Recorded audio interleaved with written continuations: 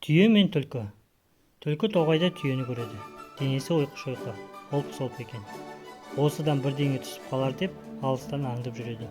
Бір күні түйе өзеннің арғы жағына өтеді. Оны бақылап тұрған түлкі: "Уа түйе, су терең бе екен?" деп сұрайды. Түйе: "Терең емес, тізеден ғана" деп жауап береді. Тізеден ғана болса таяз екен деп түлкі түйе жаққа өтпек болады.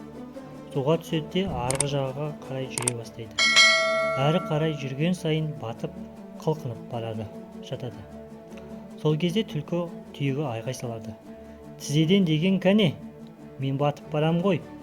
Сенің тізең мен менің тізем бірдей ме? Әлім білмеген әлек деген осы" дейді түйе.